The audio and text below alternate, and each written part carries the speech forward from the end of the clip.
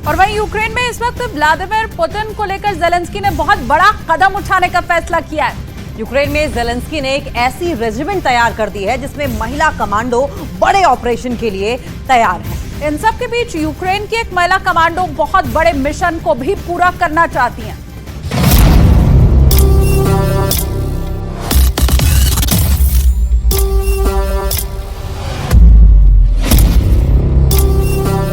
वापस आ गई है ज़ेलेंस्की की विषकन्या।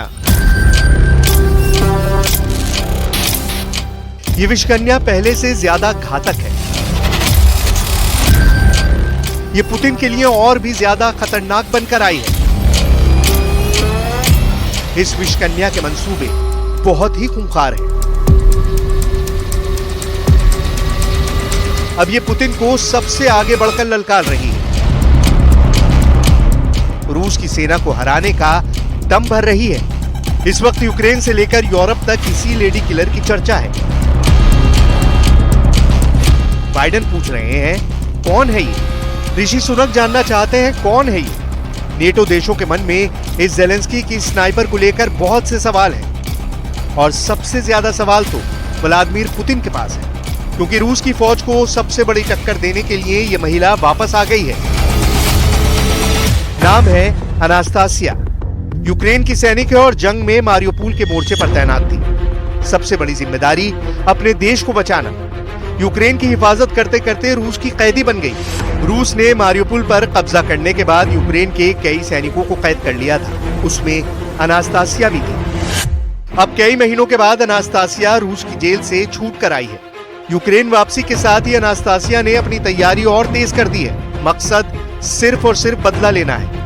कैद में खुद पर हुए जुल्म का, मारियोपोल में अपने साथियों पर हुए अत्याचार का। अनास्तासिया की आंखों में बदले की आग धधक रही है। वो अपनी देश की एक एक इंच जमीन वापस चाहती है। रूस के सैनिकों को ऐसा सबक सिखाना चाहती है कि उनकी रूह कांप जाए।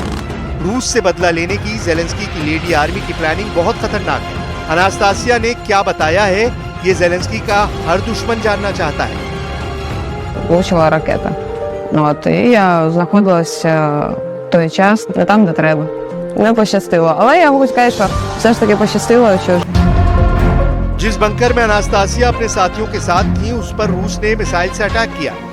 इस हमले में यूक्रेन के कई सैनिकों की मौत हुई, जबकि कई सैनिक बुरी तरह से घायल हो गए। अनास्तासिया उन खुशनसीब सैनिकों में से थी जिनकी जिंदगी तो बच गई, लेकिन नई मुसीबत शुरू हो गई, क्योंकि रूस ने यूक्रेन के सैनिकों को बंदी बना लिया। कैद के बाद रूस के सैनिकों ने अनास्तासिया की जिंदगी को जहन्नुम बना दिया। अनास्तासिया को इस तरह का टॉर्चर दिया गया जिसके बारे में आप सोच भी नहीं सकते। कैद की अपनी कहानी बताते वक्त भी जब अनास्तासिया को वो मंजर याद आता है तो उनकी आंखों में आंसू होते हैं।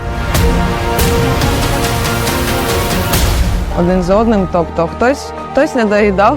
Це просто братське оце, розумієте, ну, що не записуйте. अनास्तासिया अब टॉर्चर का बदला लेना चाहती है और इसकी सजा वो मौत देकर पूरी करना चाहती है। अनास्तासिया जैसी हजारों महिलाएं इस वक्त रूस के सैनिकों से लड़ रही हैं, लेकिन अनास्तासिया तो रूस के जेल में रहकर आई हैं। वो रूस के सैनिकों के बारे में अपने सैनिकों की तुलना में बेहतर जानती हैं। घायल होने के बाद अनास्तासिया और घातक हो गई। ज़ेलेंस्की को इस बारे में पता है और इसीलिए उन्होंने अनास्तासिया को दोबारा फ्रंट पर भेजने की मंजूरी दी है। ज़ेलेंस्की की जरूरत इस वक्त हथियार है जो उन्हें बाइडेन से मिल रहे हैं। सवाल है कि उन्हें सैनिक कौन देगा। नेटो देश भी यूक्रेन को भर भर के हथियार मुहैया करा रहे हैं, लेकिन जंग लड़ने के लिए सैनिक कोई नहीं दे रहा। पिछले करीब 1.5 साल से चल रही जंग में यूक्रेन के करीब 2 लाख सैनिक मारे गए। ये दावा रूस की मीडिया करती है। ऐसे में ज़ेलेंस्की को सबसे ज्यादा जरूरत इस वक्त सैनिकों की है। नए सैनिकों में महिलाएं भी शामिल हो रही हैं, लेकिन नई फौज की जरूरत लगातार बनी हुई है। पश्चिमी मीडिया की रिपोर्ट्स बताती हैं कि फरवरी 2022 में जंग शुरू होने से पहले यूक्रेन की सेना में 32,000 महिलाएं थीं, जो अब बढ़कर 60,000 को पार कर गई। इसमें करीब 5,000 महिलाएं फ्रंट लाइन पर मोर्चा संभाल रही हैं। फरवरी 2022 में जब युद्ध शुरू हुआ तो विदेश से भी कई लड़ाके यूक्रेन आना शुरू हो गए और इनमें महिला सैनिकों की तादाद भी अच्छी खासी रही है। इनमें अमेरिका से कई महिला सैनिक आई, ब्रिटेन, ऑस्ट्रेलिया, हॉलैंड, पुर्तगाल, हंगरी, इजराइल और जॉर्जिया की भी कई महिलाएं हैं जो रूस की फोर्स से टक्कर ले रही हैं। अब यूक्रेन का ये वीडियो देखिए जो काफी चर्चा में रह चुका है, जब उत्तरी यूक्रेन में रूस के टैंक और बख्तरबंद गाड़ियों के एक काफिले पर एक छापामार हमला हुआ था। रूस के कई टैंक इस हमले में तबाह कर दिए गए थे और उनके बीच में से निकली एक महिला का ये वीडियो काफी मशहूर हुआ। बिना हेलमेट, राइफल लिए हुए ये महिला आगे बढ़ती है और विक्ट्री का इशारा करके बता देती है कि ऑपरेशन कामयाब रहा। यूक्रेन में हजारों ऐसे लोग हैं जो यूक्रेन के नहीं हैं, लेकिन यूक्रेन को रूस से बचाने के लिए लड़ रहे हैं। और आपको जानकर हैरत होगी कि इनमें एक बड़ा हिस्सा महिलाओं का है जो न सिर्फ मेडिकल और लॉजिस्टिक सपोर्ट में शामिल हैं, बल्कि बंदूक लेकर आमने सामने की जंग भी लड़ रही हैं। अब इन्हीं में से एक अनास्तासिया बड़ी मिसाल बनकर उभरी है। घर वापसी के बाद अनास्तासिया अब घर से दुश्मनों को भगाना चाहती है। इसके लिए तैयारी भी पहले से ज्यादा पुख्ता है। यूक्रेन की सेना भी मानती है कि जंग में बंदी बनाए गए सैनिकों को अपने दूसरे साथी सैनिकों की तुलना में दुश्मन के बारे में ज्यादा जानकारी है। कैद से बाहर आए सैनिकों को बेहतर पता है कि दुश्मन को कहां चोट करनी है, कैसे चोट करनी है, दुश्मन की कमजोरी क्या है, उनकी तैयारी क्या है। रूस की कैद में जाने पर यूक्रेन की इस महिला सैनिक ने जिंदा अपने देश वापस लौटने की उम्मीद ही छोड़ दी थी। लेकिन अब रूस की कैद से बाहर आने के बाद अनास्तासिया को लगता है कि उन्हें एक तरह से ये दूसरी जिंदगी मिल गई है। उन्होंने अब फैसला लिया है कि वो साल में 2 बार अपना जन्मदिन मनाएंगे। पहला जिस दिन वास्तव में उनका जन्म हुआ था, जबकि दूसरा तब जब वो रूस की कैद से वापस छूट कर आएंगे। उन्हें लगता है कि ये एक तरह से उन्हें दूसरी जिंदगी मिली है।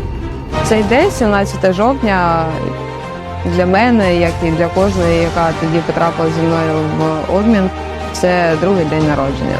Це дата, коли в тебе почалось далі життя, бо життя в полоні – це просто існування.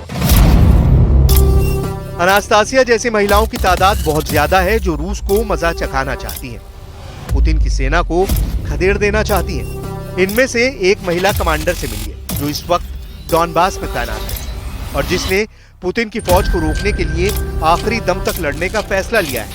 ज़ेलेंस्की तक भी इस महिला कमांडर की रिपोर्ट पहुंची है। ये है यूक्रेन की एक प्लाटून कमांडर मारिया।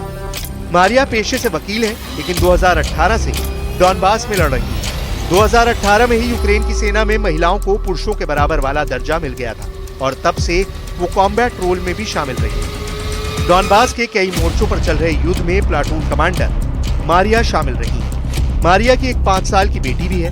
2014 में जब डॉनबास में लड़ाई शुरू हुई, तभी से मारिया अपने देश को रूस समर्थित मिलिशिया से बचाना चाहती थी और इस वक्त वो एक बड़ी जंग का हिस्सा बन गई और एक प्लाटून को कमांड कर रही है। अलग अलग देशों में प्लाटून का साइज 10 से लेकर 50 सैनिकों तक का हो सकता है। यूक्रेन के पास इस वक्त सैनिकों की कमी है, ये बात सब जानते हैं, लेकिन यूक्रेन की ताकत इसकी महिलाएं भी हैं और पुतिन की फौज को ये समझना चाहिए कि इस वक्त उनकी ताकतवर फोर्स का मुकाबला यूक्रेन की महिलाओं से हो रहा है। देखा जाए तो चाहे मारिया हो, अनास्तासिया हो या फिर कोई और, इन महिलाओं ने रूस के खिलाफ लड़ने का फैसला किया और रोज अपनी जान भी गंवा रही है।